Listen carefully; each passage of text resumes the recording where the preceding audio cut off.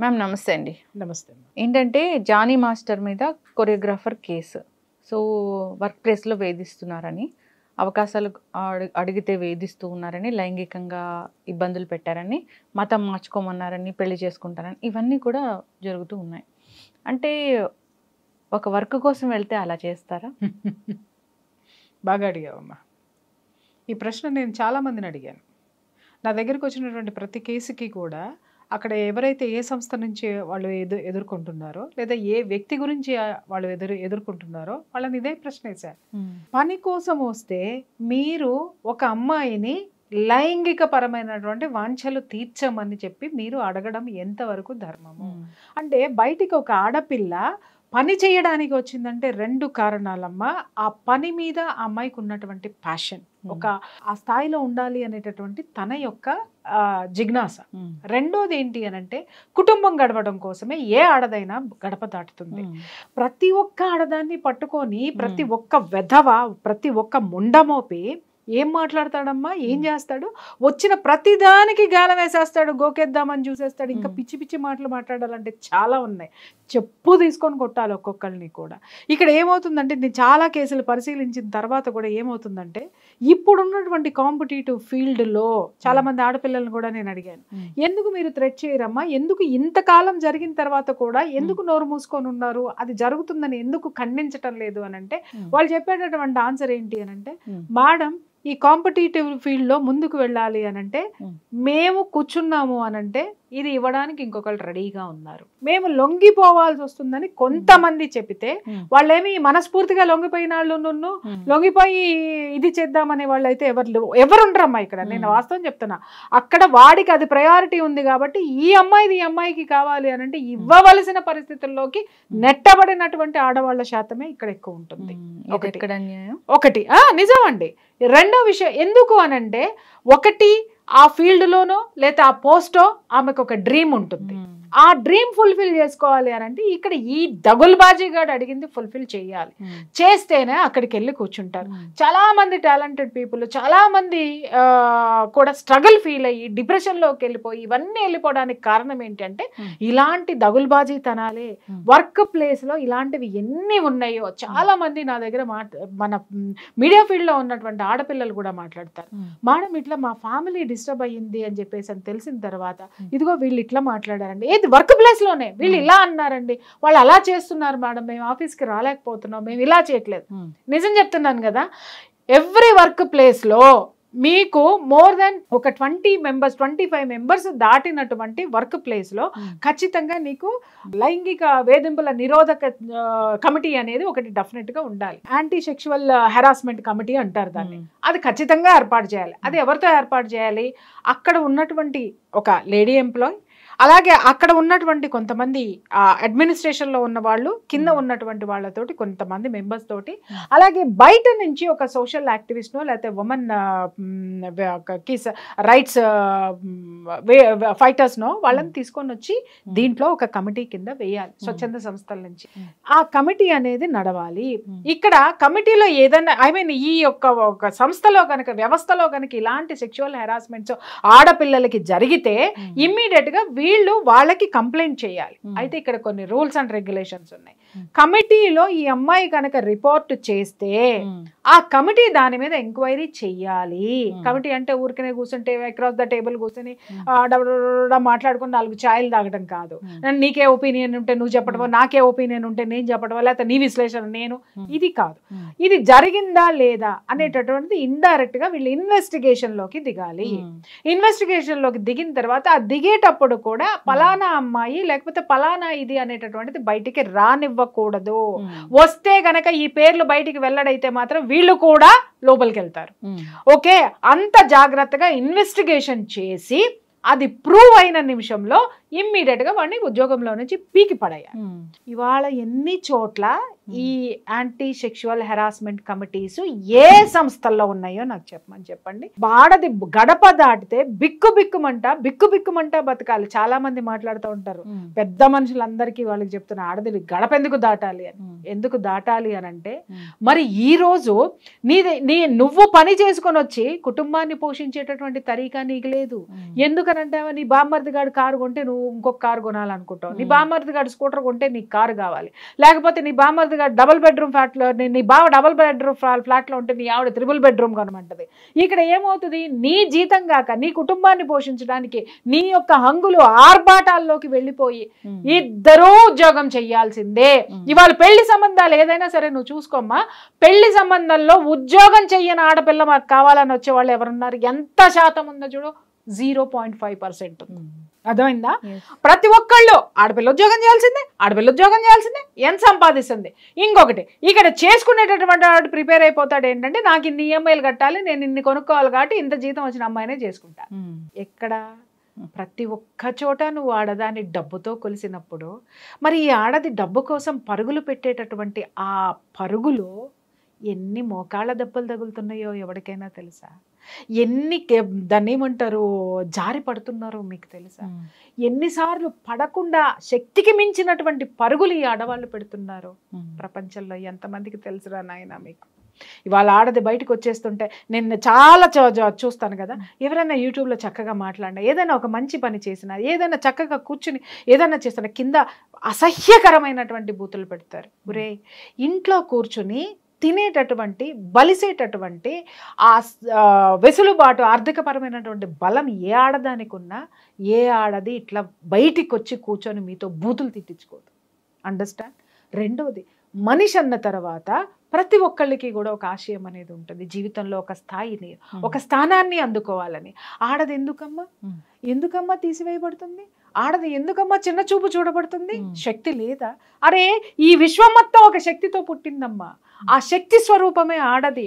ఆ శక్తిలో ఉన్నటువంటి ఆ దాని నుంచి వచ్చినటువంటి అంశే ఈ ఆడది. వాళ్ళ దగుల్బాజీ పరిస్థితి ఏంటంటే, ఆ శక్తి కూడా ఒక జుగుప్సాకరమైనటువంటి ఒక స్వార్థపరుడికి, ఒక అహంభావికి, ఒక పురుషుడు అనేటటువంటి ఒక దరిద్రానికి లొంగిపోవాల్సి వస్తుంది అని అంటే, ఆడపిల్లలు తమ శక్తిని కోల్పోతున్నారేమో, మర్చిపోతున్నారేమో అనిపిస్తుంది. అవును, ఇక్కడ జనరల్గా చూస్తే నార్మల్గా ఫ్యామిలీ నుంచి వచ్చి అంత గొప్ప డ్యాన్స్ మాస్టర్ అయిన జానీ మాస్టర్నే చూస్తే, నార్మల్ ఫ్యామిలీ నుంచి ఎటువంటి బ్యాక్గ్రౌండ్ లేకుండా వచ్చారు. అలాంటప్పుడు ఈ అమ్మాయి ఎటువంటి బ్యాక్గ్రౌండ్ లేకుండా వచ్చి ఎదగలేరా? ఇలాంటి కమిట్మెంట్స్ అంటే మీకు ఇక్కడ అర్థం కాలేదమ్మా. ఆ అమ్మాయి ఎదిగే ప్రయత్నంలోనే ఇవన్నీ జరిగాయి. జానీ మాస్టర్ ఎలా ఎదిగాడు అనే చరిత్ర, జానీ మాస్టర్ తోటి ఉన్నటువంటి ఫ్రెండ్స్, చిన్నప్పటి నుంచి ఉన్నటువంటి వాళ్ళని అడిగితే వాళ్ళు చెప్తారు ఎన్ని కష్టాలు పడ్డాడో, ఎన్ని ఇది చేశాడో, లేకపోతే ఎవరి కాళ్ళు పట్టుకున్నాడో, లేకపోతే ఎవరి కాలర్ పట్టుకున్నాడు అనేటటువంటిది వాళ్ళు చెప్తారు. ఇక్కడ జానీ మాస్టర్ యొక్క జీవితం అనేది అప్రస్తుతం. ఇక్కడ మనము బయట లైమ్ లైట్ లోకి వచ్చింది ఆ ఆడపిల్ల. ఆ ఆడపిల్ల కూడా ఇలాగే జానీ మాస్టర్ ని ఒక దీని కింద తీసుకొని, ఒక మోడల్ కింద తీసుకొని, నేను కూడా ఈయనలాగా గొప్పదాన్ని అవ్వాలని అతన్ని ఐడియల్ గా తీసుకుందో, లేకపోతే మరి ఇంకెవరినైనా తీసుకొని ఇండస్ట్రీలోకి వచ్చి ఇతని దగ్గర జాయిన్ అయిందో, అది మొత్తానికి జరిగింది. ఆ జరిగినప్పుడు ఆమెకి కూడా అదే కళ ఉంది, నేను కూడా ఈ స్థాయి రావాలి. ఇవాళ నేను అడుగుతున్నాను, లేడీ డాన్సర్స్ లేకుండా ఇవాళ మనకి ఇంత గొప్ప ఎంటర్టైన్మెంట్ ఇచ్చేటటువంటి ఫిల్మ్ ఇండస్ట్రీలో ఈ హీరోలు, హీరోయిన్లు, ఈ లేడీ డాన్సర్స్ అనేటటువంటి వాళ్ళు రాకపోతే, వాళ్ళ టాలెంట్ ని ప్రూవ్ చేసుకోలేకపోతే, ఇవాళ మనకి ఇంత అందమైనటువంటి పిక్చర్ మనకి ఎక్కడ వచ్చేదమ్మా చెప్పండి? దాని వెనుక ఈ ఆడపిల్లలు, లేడీ డాన్సర్స్ కృషి ఎంత ఉంది.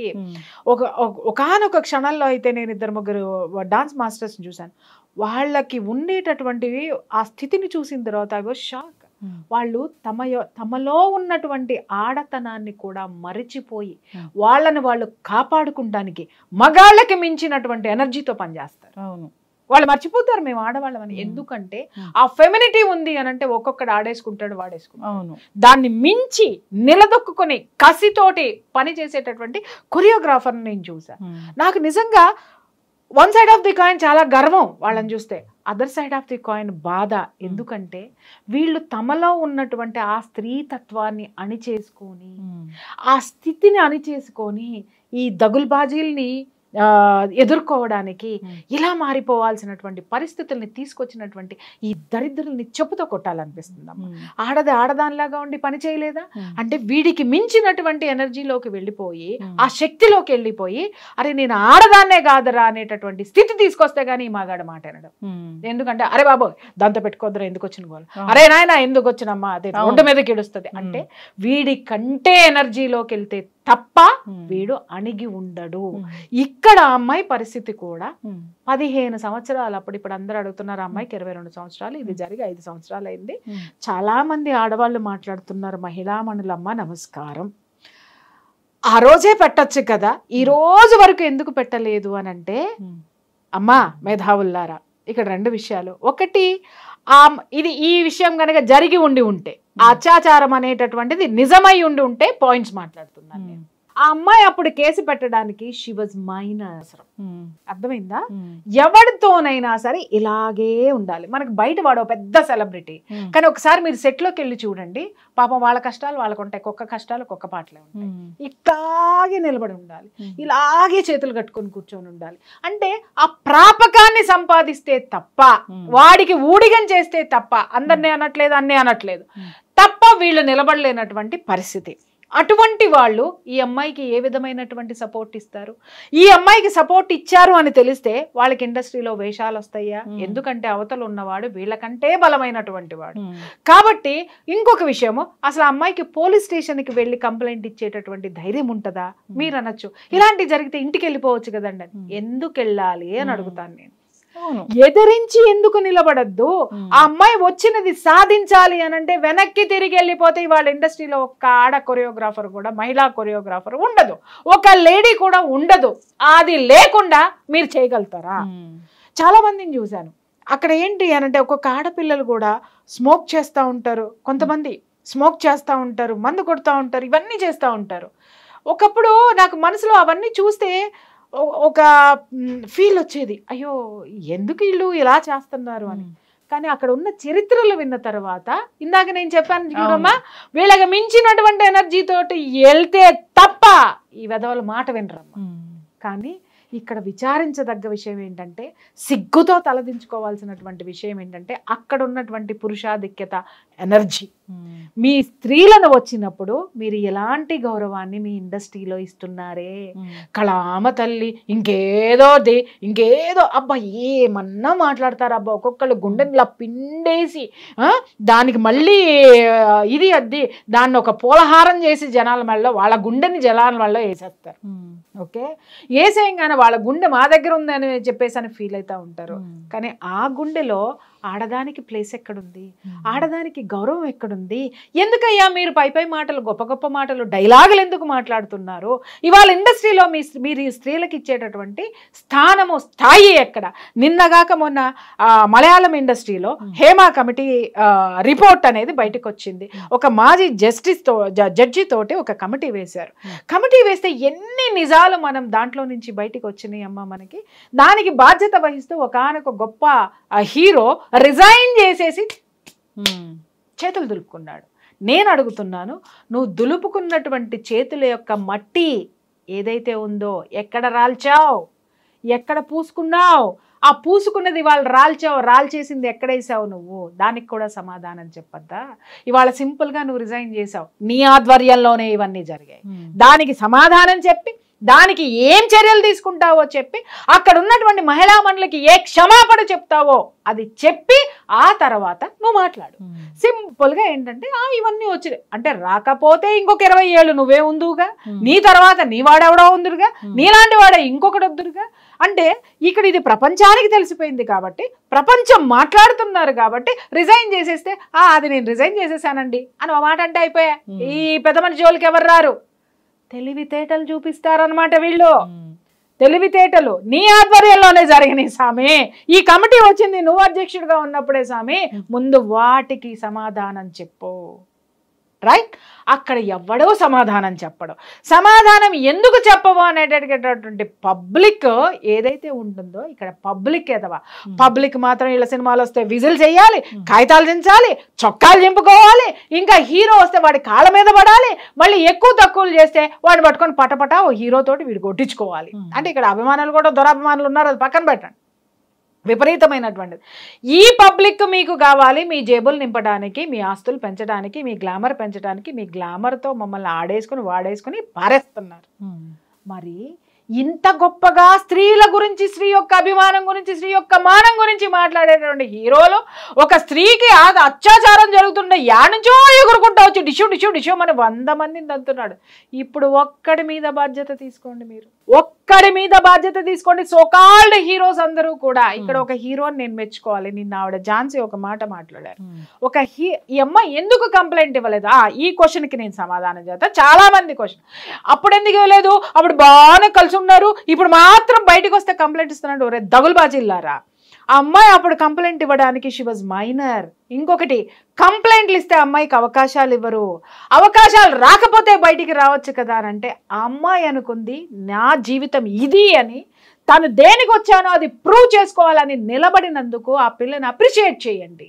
అన్నిసార్లు అత్యాచారమైన ఇండస్ట్రీని వదిలిపెట్టకుండా అమ్మాయి వెళ్ళిందంటే ఆ అమ్మాయిలో ఎంత తపన ఉందో అర్థం చేసుకోండి. మానసికంగా, శారీరకంగా దగుల్బాజీలందరూ కొల్లబడుస్తున్నా కూడా కదలకుండా కూర్చున్న ఆ శక్తికి సెల్యూట్ చేయండి రా నాయన. అంతేగాని ఎందుకు వచ్చింది, ఇంటికి వెళ్ళిపోవచ్చు కదా, ఇక్కడే ఉండొచ్చు కదా. అరే కొంపలో కూర్చొని అన్నం తినే నీకేం తెలుసురా ఆ విలువ? ఒక్కసారి నువ్వు డాన్స్ చేసి చూడు, అమ్మాయిలాగా డాన్స్ చేసి చూడు, అమ్మాయిలాగా కొరియోగ్రఫీ చేసి చూడు, లేదా ఆ అమ్మాయిలాగా నువ్వు ఒక ఆ యాటిట్యూడ్ని పెట్టుకుని అంత ధైర్యంగా నువ్వు ఉండే. You are escapist, but she's not. మాట్లాడే వాళ్ళందరూ ఎస్కేపిస్ట్లు అమ్మా. బట్ ఆ అమ్మాయి ధైర్యంగా నిలబడి నాకు ఎవరొస్తారు ఎవరొస్తారు ఎవరొస్తారు ఎవరొస్తారు ఇన్ని సంవత్సరాలు చూసింది. ఇవాళ ఒక హీరో ముందుకు వచ్చి ఆ అమ్మాయికి ఎవరు అవకాశాలు ఇచ్చినా ఇవ్వకపోయినా నా సినిమాలో ఒక సాంగ్లో ఖచ్చితంగా ఇస్తానన్న తర్వాత అమ్మాయి ఎందుకురా అయ్యా కంప్లైంట్ ఇచ్చింది? వాడి మీద ఎవడో సపోర్ట్ చేస్తే కాదు, ఆ సపోర్ట్ కేవలం ఒక్క ఛాన్స్, ఒక్క ఛాన్స్. ఆ సినిమాలో మనం చూస్తాం, ఒక ఆడపిల్ల అంటది చూడు, ఆ ఒక్క ఛాన్స్ కోసం అది రాగానే బయటకు వచ్చింది అమ్మాయి. తర్వాత బయటకు వచ్చిన తర్వాత కూడా నిజంగా ఇక్కడ అప్రిషియేట్ చేయాల్సింది ఫిలిం ఛాంబర్ ఆఫ్ కామర్స్. ఇమ్మీడియట్గా అతన్ని తీసి పక్కన పడేసేసింది, సస్పెండ్ చేసేసింది. ఇంకొకటి ఏంటంటే ఆ డాన్సర్స్ అసోసియేషన్ నుంచి కూడా తీసి పక్కన పడేశారు. తర్వాత ఆయన ఏదో ఒక పార్టీలో ఏదో ఎలగబెట్టినాడంట, అక్కడి నుంచి తీసేశారు. ఇక్కడ నేను అడుగుతున్నాను, ఇతను పరారీలో ఉన్నాడు, ఇక్కడ వీడు శుద్ధ పూస శుద్ధ ముక్క పలానా పలానా అంటే అయితే ఓకే బాబు, నువ్వెందుకు పారిపోయావు?